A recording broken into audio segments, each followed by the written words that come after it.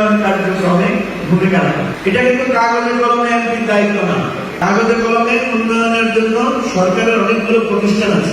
যেমন আপনারা দেখবেন আমাদের ফেনী ২ আসনে প্রার্থিতা নিয়ে সাংবাদিকদের সাথে এবি পার্টির চেয়ারম্যান মজিবুর রহমান মঞ্জুর মতবিনিময় সভা অনুষ্ঠিত হয়েছে।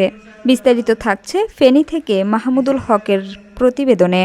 আসন্ন ত্রয়োদশ সংসদ নির্বাচনে ফেনী ২ আসনের এমপি প্রার্থী হিসেবে আনুষ্ঠানিকভাবে প্রচারণা শুরু করেছেন এবি পার্টির চেয়ারম্যান ও ফেনী সদর উপজেলার কৃতি সন্তান মজিবুর রহমান মঞ্জু। সকালে ফেনী শহরের গ্র্যান্ড সুলতান কনভেনশন হলে সংবাদ সম্মেলন ও মতবিনিময় সভার মাধ্যমে নির্বাচনী প্রচার কার্যক্রম শুরু হয়।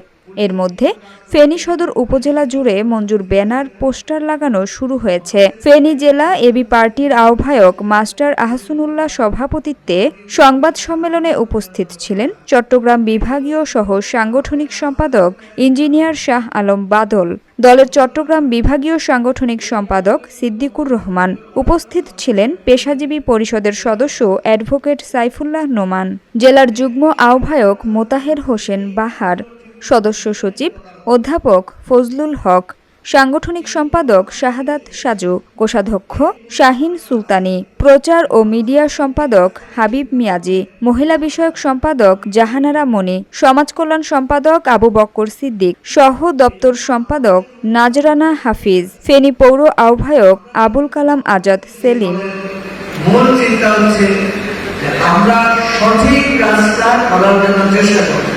আমাকে অনেকে বলে যে আপনি যদি নির্বাচিত হন কি করবেন, এটা ওয়াদা নেই। আমি বলছি কি করবো এটা গুরুত্বপূর্ণ না, বরং কি করবো না এটা গুরুত্বপূর্ণ। এটা আমার আমি আজকে আপনাদের সামনে সংক্ষেপে ভবিষ্যতে আরো কথা বলতে পারবো। আজকে প্রথমে বলতেছে আমরা আসলে এই পার্টির পক্ষ থেকে আমাদের অঙ্গীকার হচ্ছে আমরা কি কি করবো না। এক নম্বরে আমার আপনাদেরকে সাক্ষী রেখে ঘোষণা হচ্ছে যে এই পার্টির নেতা কর্মী বা এমপি বা চেয়ারম্যান যেই হোক, উনি ওনার ঘাটলায় বসে কোনো বিচারাচার করবেন না। বিচারাচারের দায়িত্ব কি ঘাটলার? বিচারাচারের দায়িত্ব কোর্ট আছে না, থানা আছে, কোর্ট আছে, আদালত আছে।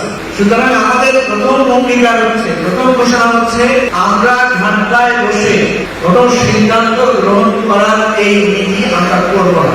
কোনো ঘরের ড্রয়িং রুমে বসে, কাঁচারে ঘরে বসে, উঠানে বসে এই ধরনের কার্যক্রম আমরা করবো না। এমপি সাহেবের যদি ঘাটলা না থাকে তাহলে আর কারো থাকবে না। তার মানে হচ্ছে আমাদের চেষ্টা থাকবে। মজিবুর রহমান মঞ্জু সংবাদ সম্মেলনে বলেন, এমপি নির্বাচিত হলে নিজের বাড়িতে সালিশ দরবার করবেন না, প্রশাসনকে কাজের ক্ষেত্রে হস্তক্ষেপ এবং বাজার বা স্কুল কমিটি নির্বাচনে হস্তক্ষেপ করবেন না। পাশাপাশি ডিসি সহ সকল সরকারি দপ্তরে সৎ ও যোগ্য কর্মকর্তা বাছাইয়ের চেষ্টা, সরকারি দপ্তরে কাজের জবাবদিহিতা নিশ্চিত করা, সরকারি বরাদ্দের তথ্য জনগণের জন্য উন্মুক্ত করে দেওয়ার প্রতিশ্রুতি দেন তিনি।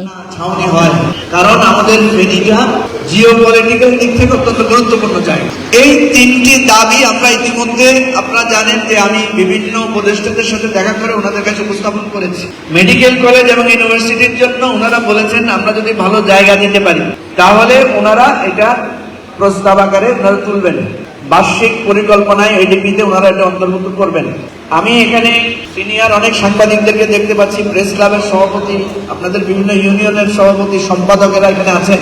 আপনাদের কাছে আমাদের অনুরোধ থাকবে আমরা যাতে ফেনী ইউনিভার্সিটি, মেডিকেল কলেজ এবং এখানে যদি একটা সেনা ক্যাম্প যদি হয়, এই তিনটার জন্য আসেন সবাই মিলে আমরা একটা প্ল্যান দাঁড় করাই কোন জায়গাটা একোয়ার করলে সুবিধা হবে, এবং আমরা আপনাদেরকে সাথে নিয়ে এই নীতি নির্ধারণের জায়গাগুলোতে আমরা ভূমিকা রাখবো।